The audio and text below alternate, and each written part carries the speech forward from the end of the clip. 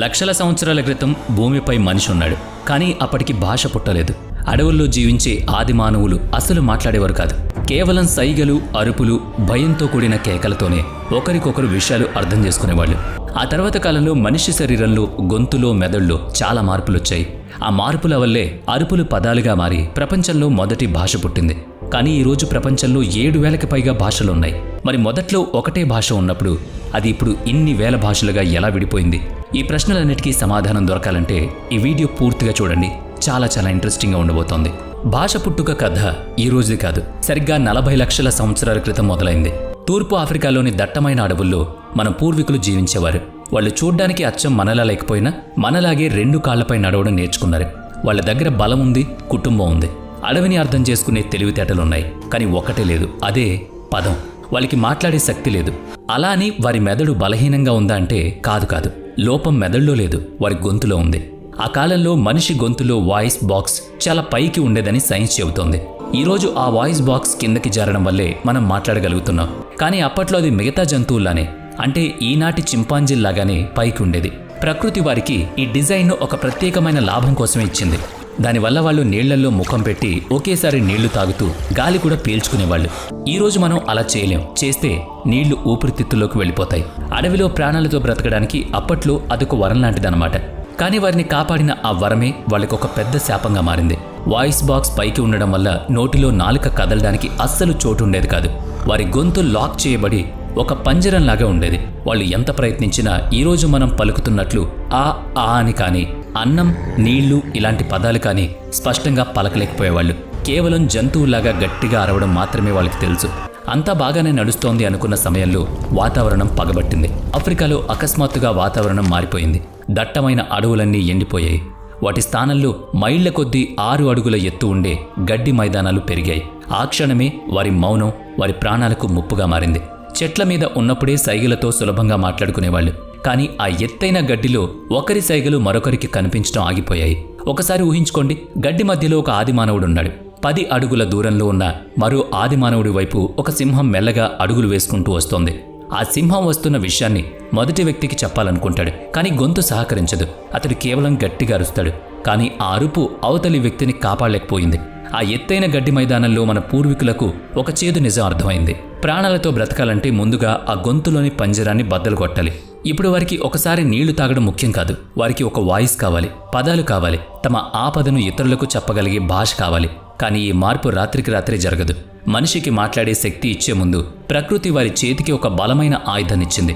చీకటిని శాశ్వతంగా పారద్రోలిన ఆ ఆయుధం మరేదో కాదు, నిప్పు. రాతితో చేసిన ఆయుధం కాదు, అది నిప్పు మాత్రమే. సుమారుగా 18 లక్షల సంవత్సరాల క్రితం భూమిపై హోమో ఎరెక్టస్ అనే కొత్త జాతి పుట్టుకొచ్చింది. ఆ ఎర్రటి నిప్పును తమ కంట్రోల్లో ఉంచుకోవడం నేర్చుకున్న మొదటి మనుషులు వీళ్లే. అయితే నిప్పు వల్ల భాష ఎలా పుట్టింది? ఇక్కడే సైన్స్ ఒక ఆసక్తికరమైన మలుపు తీసుకుంది. నిప్పును వాడకముందు మనిషి పచ్చి మాంసాన్ని, దుంపలను తినేవాడు. వాటిని నమిలి ఆరగించుకోవడానికి రోజులో 6 గంటల సమయం వృధా అయ్యేది. కానీ వండిన ఆహారం చాలా మెత్తగా ఉంటుంది, త్వరగా అరుగుతుంది. వండిన ఆహారం వల్ల మనిషికి 30 నుంచి 40% ఎక్కువ ఎనర్జీ రావడం మొదలైంది. ఆ ఎనర్జీ కేవలం పొట్టలోనే ఆగిపోలేదు, అది నేరుగా మెదడుకు చేరుకుంది.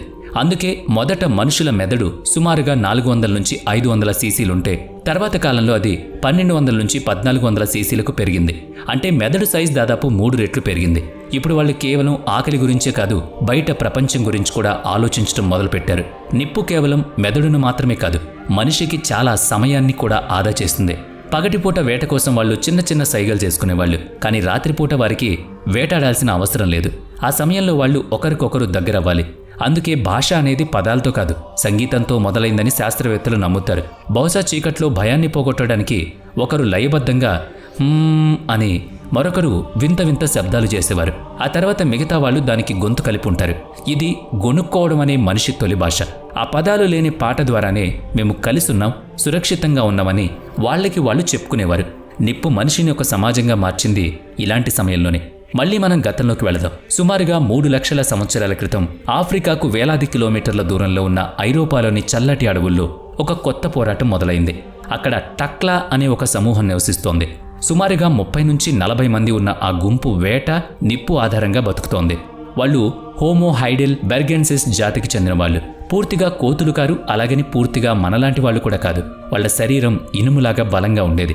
ఆ రాత్రి టక్ల గుంపు ఒక పెద్ద వేట తర్వాత మంట చుట్టూ కూర్చుంది. గాల్లో కాలుతున్న మాంసం వాసనొస్తోంది. కడుపు నిండా భోజనం దొరికినందుకు అంతా సంతోషంగా ఉన్నారు. కానీ అకస్మాత్తుగా ఆ సంతోషం విషాదంగా మారింది. ఆ గుంపులో అత్యంత బలమైన వేటగాడు లపేటు లాల్ ఒక పెద్ద మాంసం ముక్కను మింగుతాడు. వెంటనే తన గొంతు పట్టుకుంటాడు. గాలి కోసం వెలవెల్లాడుతూ కళ్ళు తేలేస్తాడు. మిగతా వాళ్ళు అతని వీపు తట్టి కాపాడే ప్రయత్నం చేస్తారు. కానీ లాభం ఉండదు. కొద్ది క్షణాల్లోనే లపేటా లాల్ ప్రాణాలు కోల్పోతాడు. అది కేవలం ఒక ప్రమాదం కాదు, మానవ చరిత్రలోని అతిపెద్ద శారీరక మార్పుకు అది ఒక సాక్ష్యం. అతని గొంతులోని వాయిస్ బాక్స్ కాస్త కిందకు జారింది. గొంతులో శబ్దం ప్రతిధ్వనించడానికి కావలసిన ఖాళీ స్థలం కోసమే ప్రకృతి ఇలా డిజైన్ అయింది. కానీ ఈ మార్పు దారుణమైన మూల్యాన్ని వసూలు చేసింది.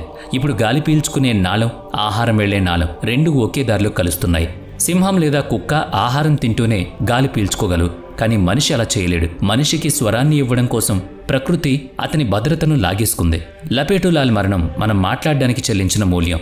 లపేటు చనిపోయినా ఆ సమూహం బతికి బట్టగట్టింది. అదే గుంపులో లుంగొండా అనే ఒక అనుభవజ్ఞుడైన వేటగాడున్నాడు. ఇప్పుడు అతని గొంతులో కూడా ఆ కొత్త మార్పు వచ్చింది. అయితే ఈ కథ ఇక్కడితో అయిపోలేదు. లుంగొండాకు మాట్లాడగలిగే హార్డ్వేర్ అయితే దొరికింది, కానీ అతని మెదడు అనే సాఫ్ట్వేర్ ఇంకా పాతది. ఆ సాయంత్రం అరూఖ్ అనే వ్యక్తి నది అవతల వైపు చూశాడు. ఆకాశం నల్లగా మారుతోంది. పెద్ద తుఫాన్ రాబోతుందని అతనికి అర్థమైంది. రేపు భారీ వర్షం పడుతుంది. మనం గుహాను వదిలి ఎత్తైన ప్రదేశానికి వెళ్ళాలి అని తన గుంపును హెచ్చరించాలనుకున్నాడు. వెనక్కి తిరిగి నోరు తెరిచాడు, కానీ మాటలు బయటకు రాలేదు. అతను కేవలం నీళ్లు నీళ్లు అని మాత్రమే చెప్పగలిగాడు, వాళ్ల గుంపు భాషలో. అతని భాషలో రేపు, బహుశా లేదా ప్లాన్ లాంటి పదాలే లేవు. అతను అలా అనేసరికి ఆ గుంపు అతనికి దాహం వేస్తుంది అనుకుంది. అతని హెచ్చరికను వాళ్ళు అర్థం చేసుకోలేకపోయారు. ఇలా రకరకాల పదాలు అపార్థాలుగా పుట్టాయి. సుమారుగా 70,000 సంవత్సరాల క్రితం ఈ కబీలా భవిష్యత్తు 2 భిన్నమైన ఆలోచనల చేతుల్లో ఉంది. రాబోయే కాలంలో వీరిలో ఎవరు మనుషుల్లా మాట్లాడుకోగలుగుతారు అన్నదే అసలు ప్రశ్న. ఒకవైపు ఫర్ముండా ఉన్నాడు. అతను పాతతరం మనిషి. దేహం ఇనుములాగా బలంగా ఉంది. ఎవరికీ భయపడని వేటగాడతను. ఒక సింహాన్ని చూస్తే కనురెప్ప వేయకుండా దానివైపు దూసుకెళ్తాడు. కానీ ఫర్ముండాకు ఒక మైనస్ ఉంది. అతను తన చుట్టూ ఉన్న ప్రపంచాన్ని కేవలం వర్తమానంలో మాత్రమే చూడగలడు. అతని బుర్రలో రేపు లేదా ప్లానింగ్ అనే పదాలు లేవు.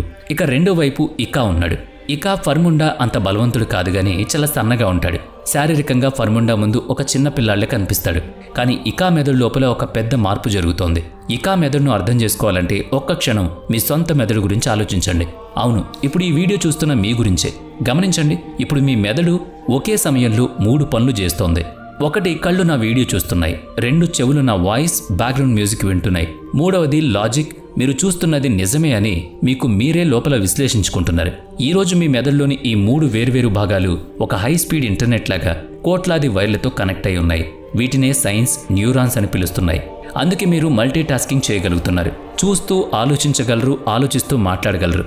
కానీ ఆ రోజుల్లో ఫర్ముండా మెదడు అలా లేదు. అతని మెదడు చాలా గదులు ఉన్న ఒక పెద్ద ఇల్లు లాంటిది.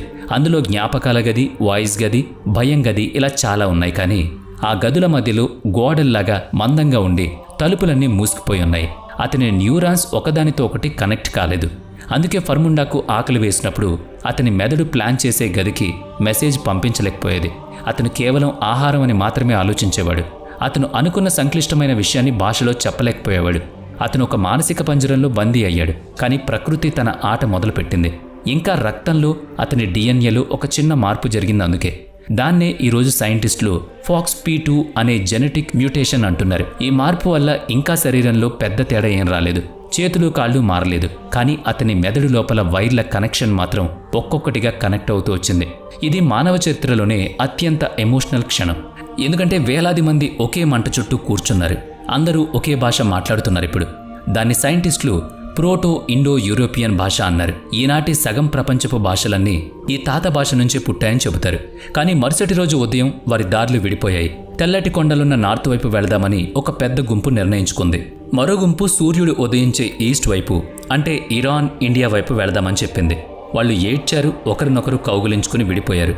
ఇక తాము మళ్లీ ఎప్పటికీ కలవలేమని వాళ్ళకి తెలీదు. వాతావరణం వాళ్ళ భాషను పూర్తిగా మార్చేయబోతుందన్న నిజం కూడా అప్పట్లో వాళ్ళకి తెలియదు. నార్త్ వైపు, అంటే యూరప్ లాంటి మంచు ప్రాంతాలకు వెళ్లిన గుంపుకు ఒక కొత్త శత్రువు ఎదురైంది. అదే భయంకరమైన చలి. ఇక్కడే సైన్స్ సైలెంట్గా తన పని తాను చేసుకుంటూ వెళ్ళింది. బాగా చలిగా ఉన్నప్పుడు మనిషి సహజంగానే నోరు పెద్దగా తెరవడు. ఎందుకంటే నోరు తెరిస్తే చల్లటి గాలి నేరుగా ఊపిరితిత్తులోకి వెళ్ళి చనిపోతాడు. ఇక వాళ్ళు పెదాలను ముడుచుకుని మాట్లాడడం మొదలుపెట్టారు. పెదవులు, దంతాలు, నాలుకతో చేసే శబ్దాలు నోటి లోపలే పుట్టేవి. అందుకే పెద్దగా నోరు తెరవనవసరం లేకుండా భాష పుట్టింది వాళ్ళకి. ఈ రోజు కూడా మీరు జర్మనీ, రష్యా లేదా ఇంగ్లీష్ వింటే ఈ తేడా స్పష్టంగా కనిపిస్తుంది. ఇక మెల్లగా వాళ్ళ భాషలో ఒక అద్భుతమైన లయ వచ్చింది. అందుకే మీరు సంస్కృతం లేదా పాత తమిళ్ వింటే అదొక పాటలాగా అనిపిస్తుంది. ఇది వాళ్ళు సాధించిన కళ కాదు, వాతావరణం చూపించిన ప్రభావం. వేడిగాలి గొంతును స్వేచ్ఛగా తెరిచి ఉంచింది. అలా మనిషి ప్రపంచమంతా వ్యాపించాడు. మంచులో, ఎడారుల్లో, అడవుల్లో ఎక్కడ చూసినా వేర్వేరు భాషలు వినిపించాయి. కానీ ఇంకా ఒక లోటు అలాగే ఉండిపోయింది. ఆ పదాలన్నీ గాల్లోనే ఉన్నాయి, మాట్లాడగానే మాయమైపోయేవి. తమ జ్ఞాపకాల్ని సురక్షితంగా దాచుకునే పద్ధతి మనిషికి తెలీదు. ఇప్పుడు ప్రశ్న మనిషి మాట్లాడడానికా లేదా అని కాదు, తను చెప్పిన మాటలను ఎప్పటికీ చెరిగిపోకుండా దాచుకోగలడా అన్నది అసలు ప్రశ్న. వేలాది సంవత్సరాలు గడిచాయి. సుమారుగా 5000 ఏళ్ల క్రితం మెసపటోమియా భూమిపై మనిషి మొదటి నగరాన్ని కూడా నిర్మించేశాడు. ఇలాంటి సమయంలోనే వాళ్ళకి చాలా సమస్యలు వచ్చాయి. అందులో కొన్ని చెప్పుకోదగినవి. హరప్పా తవ్వకాల్లో అక్షరాలు రాసి ఉన్న వేలాది పలకలు దొరికాయి. వీటిని ముద్రలు అంటారు. వాటిపై ఒక జంతువు బొమ్మ, ఉదాహరణకు ఒక కొమ్ము ఉన్న ఎద్దు బొమ్మ ఉంది. దాని పైన కొన్ని వింత అక్షరాలు రాసున్నాయి. ఆ ముద్రలు ఆ కాలం నాటి బార్కోడ్ లేదా ఐడి కార్డులా పనిచేసేవన్నమాట. దీనికి 3 ప్రధాన కారణాలున్నాయి. మొదటిది, మనకు ఎలాంటి డిక్షనరీ దొరకలేదు. ఈజిప్ట్ భాషను మనం ఎందుకు చదవగలిగామంటే ఒకే విషయాన్ని 3 భాషల్లో రాసిన ఒక రాయి మనకు దొరుకుతుంది.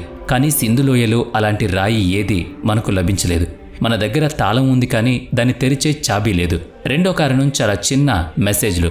హరప్పా ప్రజలు పెద్ద పెద్ద పుస్తకాలు రాయలేదు. వారి ముద్రలపై సగటున కేవలం 5 నుంచి 6 అక్షరాలు మాత్రమే కనిపిస్తాయి.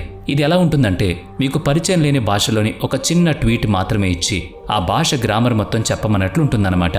ఇక ఆ తర్వాత 10,500 సంవత్సరాల వరకు ఇండియాలో రాసి ఉన్న ఒక పుస్తకం, రాయి లేదా శాసనం కూడా మనకు దొరకలేదు. ఒక్కసారి ఆలోచించండి, ప్రపంచం అంతా రాసుకుంటూ ఉంటే జ్ఞానానికి కేంద్రమైన మన ఇండియా మాత్రం రాయడం మానేసింది. ఎందుకు? మన పూర్వీకులు రాయడం మర్చిపోయారా, లేక వాళ్ళు నిరక్షరాస్యులా? అదేం కాదు. వాళ్ళు ఉద్దేశపూర్వకంగా తీసుకున్న ఒక నిర్ణయం మొత్తం ప్రపంచాన్నే మార్చేసింది. మా జ్ఞానాన్ని మట్టి లేదా రాళ్ల మీద వదిలేయం, మనిషినే ఒక గ్రంథాలయంగా మారుస్తామని నిర్ణయించుకున్నారు. మన ఋషులు అప్పట్లోనే ఒక పెద్ద ప్రమాదాన్ని పసిగట్టారు. మట్టి పలకలు పగిలిపోతాయి, పేపర్లు పాడైపోతాయి. తక్షశిల, నలంద లాంటి లైబ్రరీలను ఎవరైనా తగలబెట్టేయగలరు. మరి ఈ జ్ఞానాన్ని శాశ్వతంగా ఉంచడం ఎలా? అందుకే వాళ్ళు శృతి, స్మృతి అనే ఒక టెక్నిక్ తయారు చేశారు. సింపుల్గా చెప్పాలంటే ఇది ప్రపంచంలోనే మొట్టమొదటి ఆడియో రికార్డింగ్ సిస్టమ్. గుహల్లో గురువు తన శిష్యులకు వేద మంత్రాలు నేర్పించేవారు. కానీ అది కేవలం బట్టి పట్టడం కాదు, అదొక కోడింగ్. ప్రతి మంత్రానికి ఒక టోన్, ఒక పిచ్ ఉండేది. అచ్చం సంగీతంలోని స్వరాల్లాగానే. ఒక తండ్రి తన కొడుకుకు వినిపిస్తే ఆ కొడుకు తన కొడుకుకు నేర్పించేవాడు. అలా ఒక్క అక్షరం కూడా రాయకుండా వేలాది సంవత్సరాల పాటు లక్షలాది మంత్రాలు ఒక తరం నుంచి మరో తరానికి ఇప్పటి వరకు లయబద్ధంగా మారుతూ వచ్చాయి. కానీ కాలక్రమంలో సంస్కృతం చాలా కాంప్లికేటెడ్గా మారిపోయింది. కఠినమైన నియమాల్లో బందీ అయిపోయింది. అది కేవలం పండితులు, బ్రాహ్మణుల భాషగా మాత్రమే మిగిలిపోయింది. పొలం దున్నే రైతుకు, మట్టి కుండలు చేసే సామాన్యుడికి సంస్కృతం అర్థమయ్యేది కాదు. దీంతో జ్ఞానానికి, ప్రజలకు మధ్య ఒక పెద్ద గోడ ఏర్పడింది. అప్పుడు ఇండియాకు దేవుడి భాష కాదు, మనిషి భాష అవసరం వచ్చింది. వీడియో నచ్చితే లైక్ చేయండి, షేర్ చేయండి. ఇప్పటి వరకు మన ఛానల్ని సబ్స్క్రైబ్ చేయనట్లయితే ఇప్పుడే సబ్స్క్రైబ్ చేసుకుని పక్కనే ఉన్న బెల్ ఐకాన్పై క్లిక్ చేయండి. నెక్స్ట్ వీడియోలో మళ్ళీ కలుద్దాం. Thanks for watching.